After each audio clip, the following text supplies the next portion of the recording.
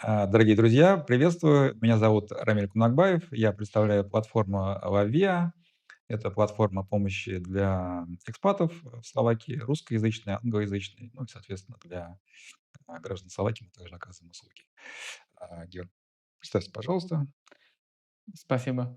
Рамил, меня зовут Георг Айрумян, я адвокат Слав. Вот.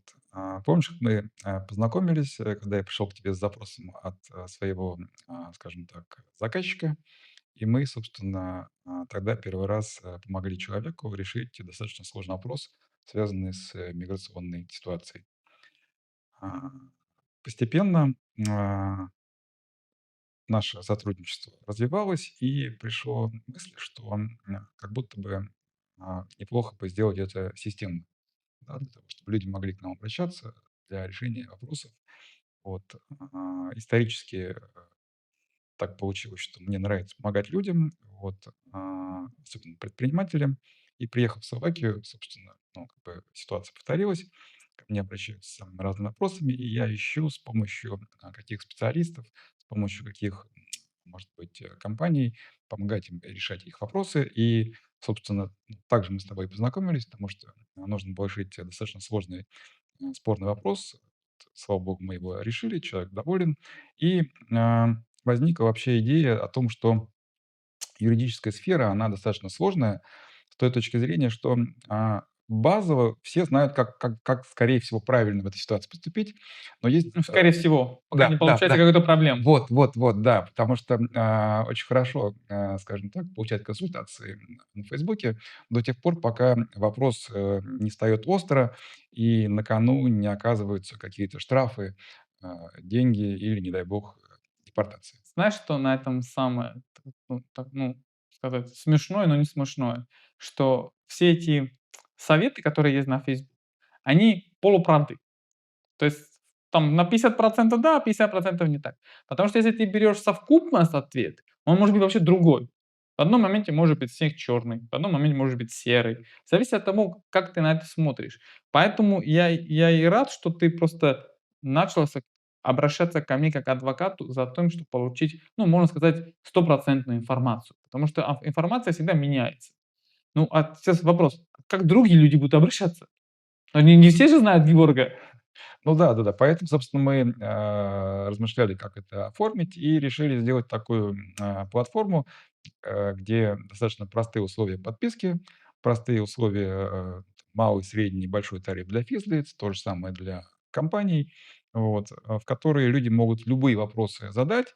Понятно, что больше упор, наверное, первое время будет на юридические вопросы, потому как как бы проблема экспатов в том, что мы приехали из другой страны, в которой мы так или иначе воспринимали правовое поле, ну, под каким-то углом. У нас у всех была какая-то практика. Мы сталкивались с какими-то вопросами, с практикой их решения. Но приехав в Словакию, мы быстро понимаем, что здесь все чуть-чуть по-другому. Ну, другие законы, Другие другая за- страна. Посмотри, ты и я тоже, с 93-го в Словакии. Ну, не был юристом, мне было 5 лет. Но когда стал юристом, понял, что вообще все, что около твоей жизни состоится, оно как-то привязано юридически. Ты как ребенок, тебе надо свидетельство о рождении. Но это юридический акт. Это административный акт. Ты уже ты пришел на этот мир, и сразу акт есть какой-то. Ну, а потом идешь в студенческую полицию, и от тебя требуют оригинал. Ну, а ты отдашь этот оригинал, единственный, который даже я тоже отдал, у меня нет оригинала. То есть всегда мне выдают копию оригинала. Знаешь, что они там Да-да-да. просто делают копию. А ты смотришь, почему так получилось? Почему никто не сказал: "Ехай к нотариусу, Ну, сделай сделай". копию Ну, просто. оно никто не знал. Мои родители так отдали мой оригинал. 100% другие клиенты тоже отдали свои оригиналы, и потом сейчас делают им копию свидетельства о рождении. Ну, вот это все нюансы надо как-то изучить. Или от кого-то.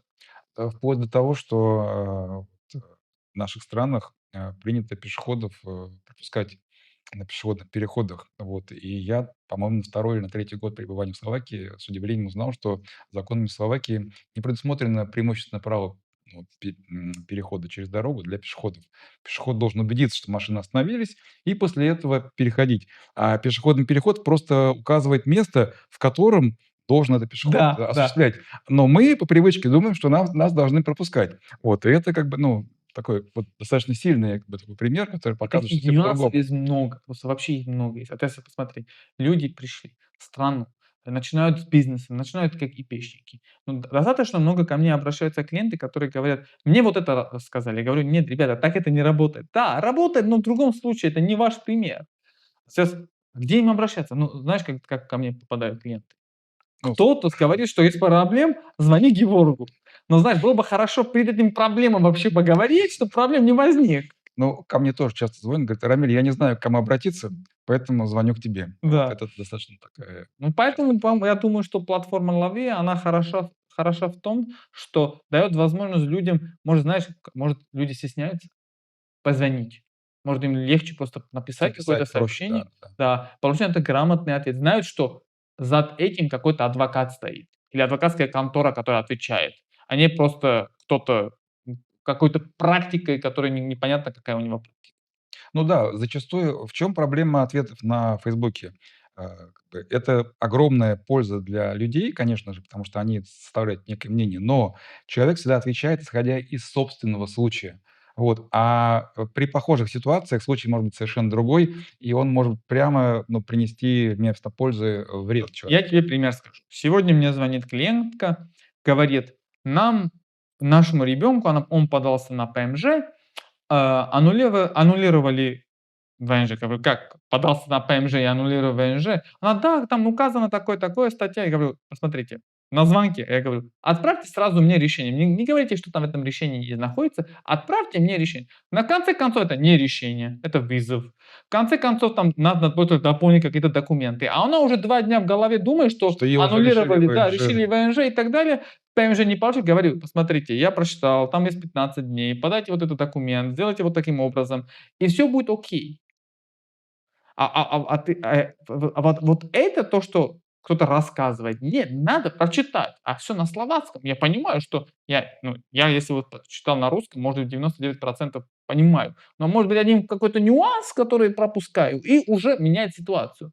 То есть людям надо реально просто помочь. Да-да-да. И вот, одно из, собственно, вот моих мыслей, которые, были перед тем, как мы с тобой эту платформу запустили. а, Людям не хватает вот этой какой-то уверенности, да. То есть, в принципе, даже бывают ситуации, когда вроде все понятно, но есть какие-то вот, ну, сомнения. И хорошо бы, иметь, возможность эти сомнения снять. Да, то есть обратиться к человеку, что ты точно знаешь, что это профессионал, точно знаешь, что как бы, люди в этой теме разбираются.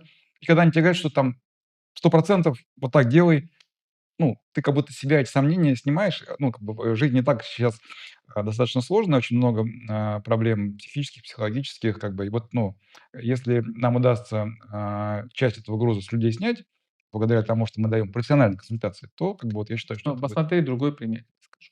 Клиент мне звонит, говорит: "Можете посмотреть мой контракт по аренде?" Говорю: "Вы его подписали?" "Да". А что мне смотреть? А что мне уже смотреть? Вы уже подписали?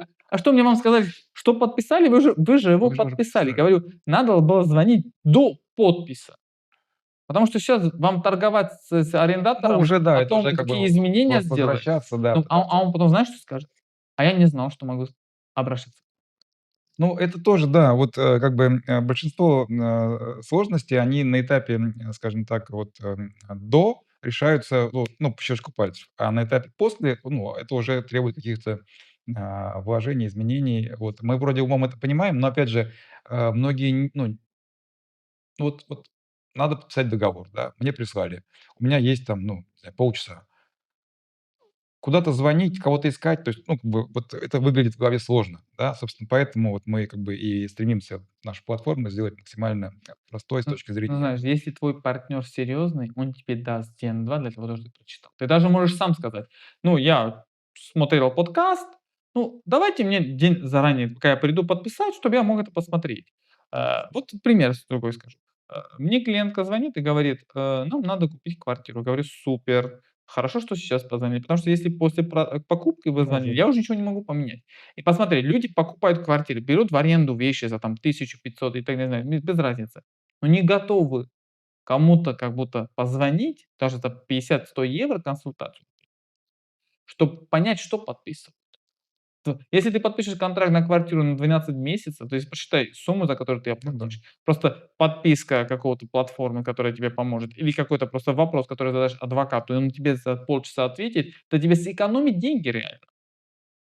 Ну, я думаю, что во многом просто у нас, вот опять же, в наших странах, может быть, это менее привычно, но опять же в наших странах, ой, вот, всегда есть кто-то, кто в этих вещах разбирается и кому ты можешь позвонить и спросить. Ну, потому А что есть здесь круг круг, друзей, да-да-да, такой круг. круг, как сказать это, общины, которые, может, ты, ну, а, у меня 99% клиентов словаки.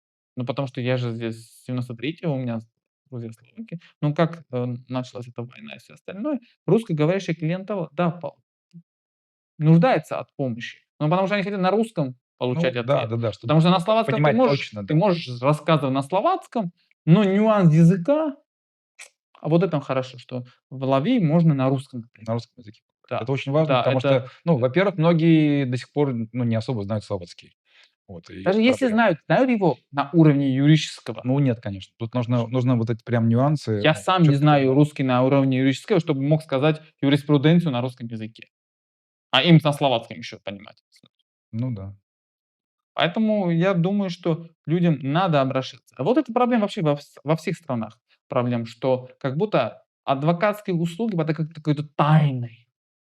Никто не знает, за Ну, что-то сколько, да, что-то знаешь, дорого, никто не знает, за долго, да. сколько это будет. Может быть, есть какая-то практика, не знаю, там в других советских странах, что это дорогая услуга. Но в чём может быть дорогая услуга, когда ты покупаешь как будто время этого адвоката? Ты если покупаешь время, то он не может быть дороже, чем, я не знаю, там сходить в ресторан на 2 раза или 3 раза. Потому что, ну, мы же не в Америке. Ну Здесь не да, да, что стоит здесь. час работы 500 000 евро.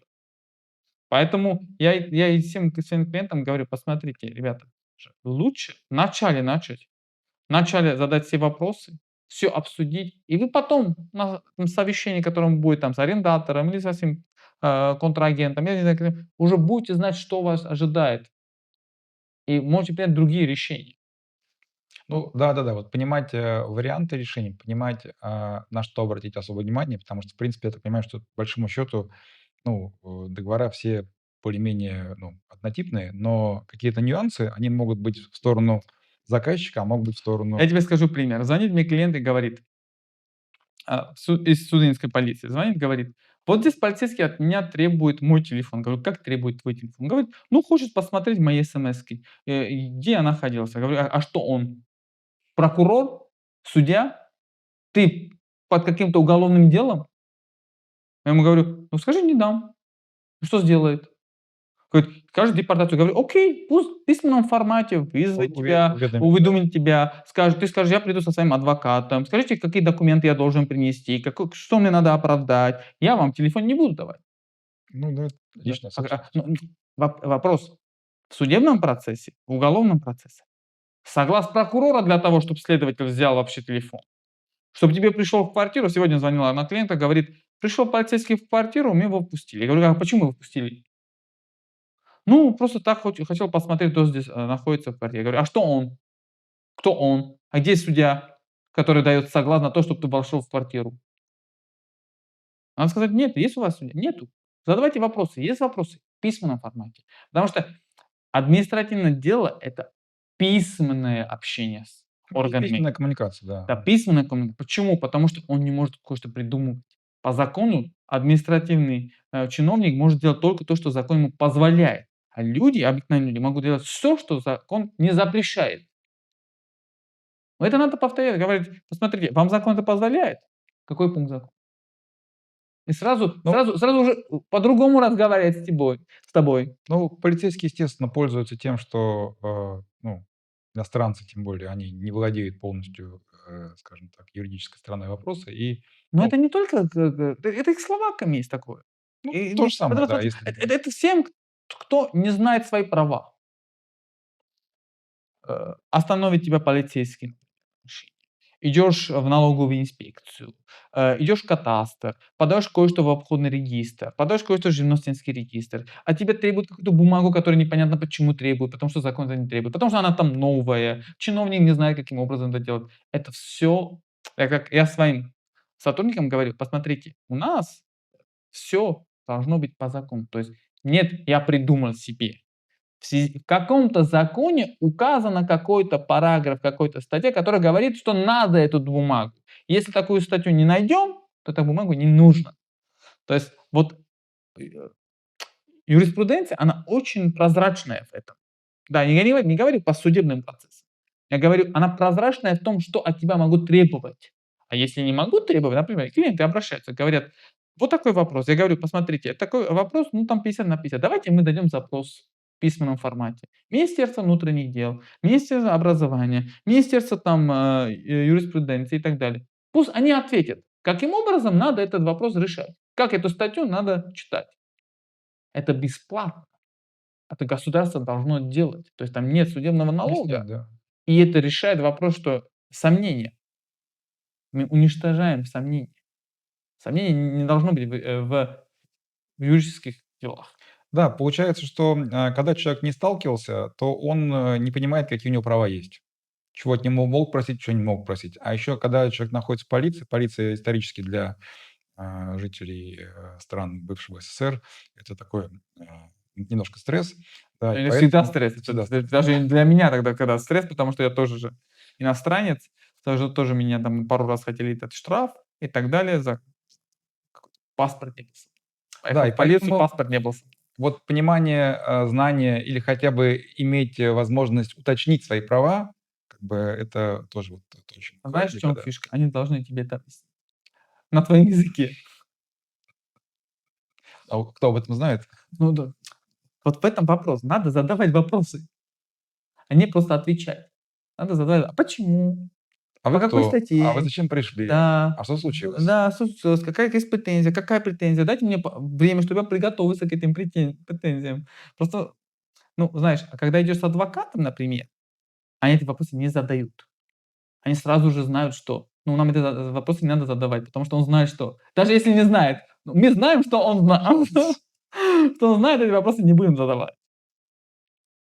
У меня был опыт, однажды меня вызвали на беседу. Вот я пошел с адвокатом, вот, и он мне просто тоже сразу сказал, что вот ты вот так скажи, что я там, не буду свидетельствовать против себя, и все. И как бы в самом начале. Ты посмотри, в полиции они тебе задают вопросы против тебя, и ты отвечаешь. Ну вот если бы я не знал, если бы он мне не вот я ж вот какая ситуация. Когда мы дома, у нас всегда есть друзья, знакомые, которые, ну, подскажут что-то еще там. То есть когда меня там вызывали там, в отдел по борьбе там с, какими-то там, сложными вопросами, я тоже, ну, уточнил, что, ну, то есть там было во многом случайно, но тем более тут всё равно был стресс. И да, мне знакомый сразу сказал, что ты вот так, вот это говори, вот это не говори. То есть на всякий случай, потому что как Да, не знаю. все, что вы скажете, будет использовано против вас. А вот в этом фишка, что тебе зададут на окношке, этот администратор там дает вопросы, но ты в этом моменте под стрессом не можешь осознавать, что этот вопрос, ну, против меня, не против меня. Поэтому все должно быть письменно. Я всегда говорю: есть вопросы — давайте письменно. Мы будем на то отвечать, вот это адрес, на который можете всё послать. Например, там, торговый регистр, нет? Посылает письма. Говорит: "Окей, но он должен указать, почему посылает, почему, что от тебя требует, какой срок тебе дал, как ты можешь апелляцию дать". Даже он может и ошибку сделать в том, как ты должен апелляцию подать. У меня так случилось. Был случай, получил штраф за машину. Где-то парковал. Ты представь себе, полиция несколько лет пишет решение с неправильным обучением о том, какое у тебя право апелляции. После судебного процесса они понимают, что несколько лет писали неправильно. Даже неправильный орган, на который ты должен это подать. Но это же ничтожный акт. Вот таких случаев очень кучу есть. Просто люди не хотят, поддаваться, они не хотят бороться за свои права. Но в одном моменте не будет другая возможность. Ну, это вот я вспоминаю один из случаев, когда вот, как раз я к тебе обращался с, своим человеком, когда, мы дослали нехватающий документ, в полицию, а в это время полиция послала нам уже отказ, что мы вам, значит, вот, ВНЖ не даем, да. И, собственно, ну, на руках у нас отказ, и как будто бы базово, ну, надо все делать заново, да. Но вот, поговорив с тобой, мы поняли, что, ну, нужно писать соответствующее письмо, что, по сути дела, ну, просим вас Ну, вернуться. знаешь, это мало кто знает. Это бесплатная там юридическая помощь для наших подписчиков и те, которые нас следуют. Посмотри, административное дело, оно состоится с двух органов: первостепенный, второстепенный. Но они как будто один процесс. То есть все думают: мне отказались от ВНЖ или, я не знаю, продления и так далее, я уже не могу дополнять. Нет, если я подам апелляцию, то процесс продолжает. До конца апелляционного решения я могу подать все либо угодно. Они смотрят как один процесс. Потому что в административном процессе они должны найти правду. Не то, что ты доказываешь какой-то там снег черный.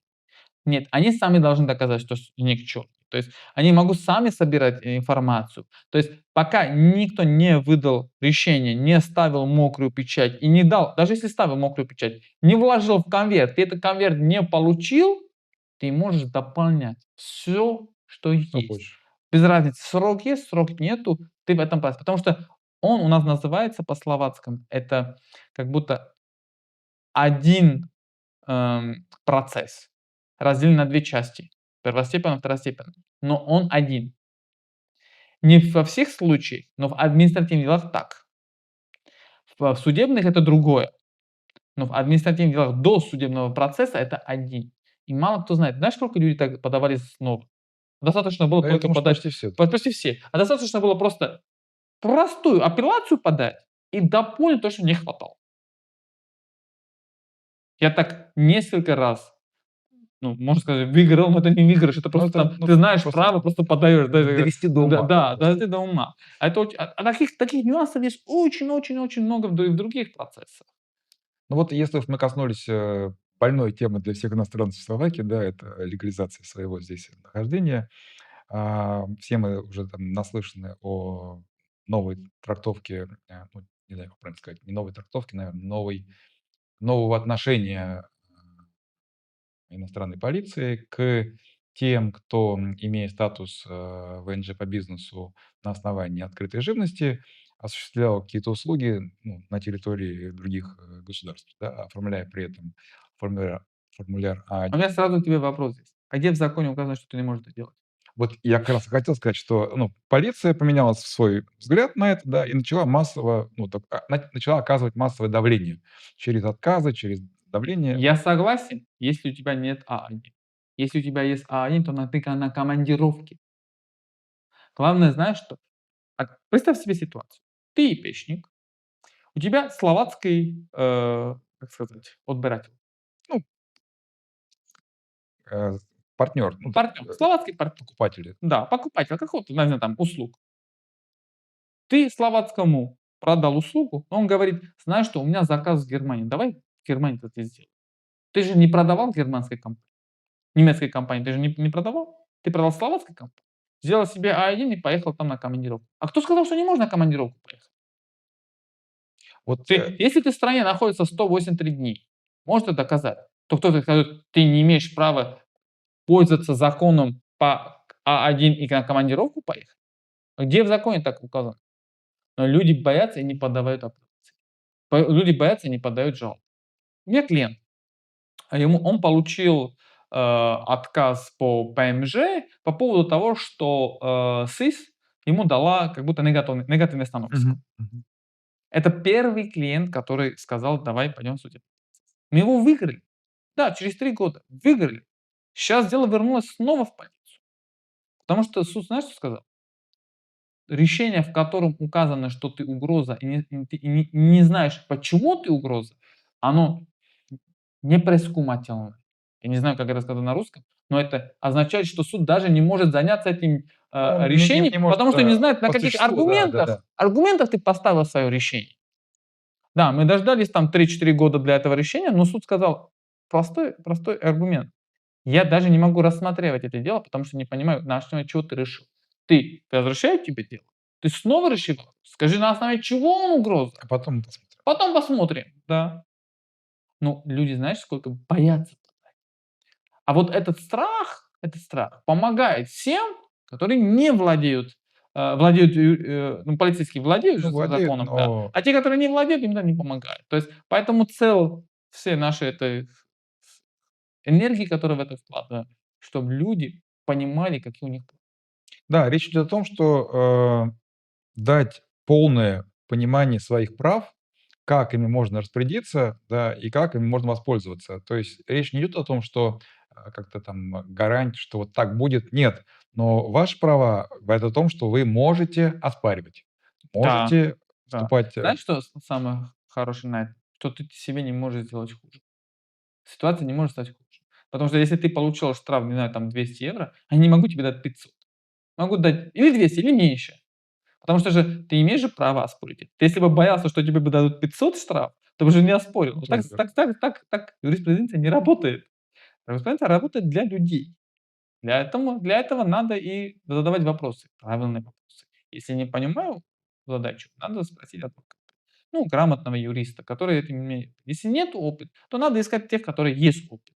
Потому что не все указано в законе, некоторые вещи на основании решений судов, а у тех, которые нет опыта, может быть, не знают, что такое решение есть. Даже я тоже сам все не знаю, но когда, например, мы начинаем работу, мы ищем решения судебных процессов, которые нам предсказуемы, можно сказать, какое будет решение от этого органа, потому что мы, когда пишем какое-то заявление, пишем и на основании каких аргументов, статей, но и решений судов. Ну, то есть какие были прецеденты. Да, да, да, да. Это очень важно, потому что в административных делах административный орган должен решать подобно. Ну, почти можно сказать на 99% подобно. А в гражданской это другое. В гражданской это там есть ситуация какая-то, ну, в административных делах он же решает вопрос какого-то административного акта, который повторяется. Сколько люди подаются на ВНЖ? У всех же одна же статья, Похоже, да. один же тоже параграф, одна же тоже ИП, студент, по работе, воссоединение с семьей. Это все равно же один же закон, его не можно 10 раз по-другому выкладывать. Так же и с другими законами. Ну вот да, то есть вот, как раз, собственно, сервис и призван, помочь, людям там, где у них отсутствует опыт, отсутствует точное понимание, дать вот эту поддержку, надежную, профессиональную, которая полностью откроет, как говорится, все карты, да, что вы можете и на что вы можете претендовать, и как это может выглядеть там в этой инстанции, в этой инстанции, в этой инстанции. То есть сколько это может продлиться. Для того, чтобы человек уже, как бы, ну, обладая полной информацией, принимал решение, ну, идет он в это или не идет. А где нас могут найти клиенты, скажи? На какой страничке? Есть у нас У страничка уже? нас, ну, все мы как раз, запустили, вчера или позавчера Говорю, у нас, у тебя. сайт. Да, наш сайт, Лавиа СК. Ссылочку дадим тоже под видео. Ну, собственно, сейчас, я публиковал пост, в группе "Бизнес Словакия" с предложением, зайти на сайт. Сайт, кстати, новый, тоже есть какие-то шероховатости, поэтому просьба тоже, как бы, что-то вы увидели, что-то там, бросается в глаза, пожалуйста, нам тоже сообщить, чтобы мы могли подправить, исправить. Ну и, конечно, подписывайтесь, потому как мы здесь для того, чтобы вам помогать. Да, мы готовы отвечать на ответ на вопросы. Спасибо. Спасибо.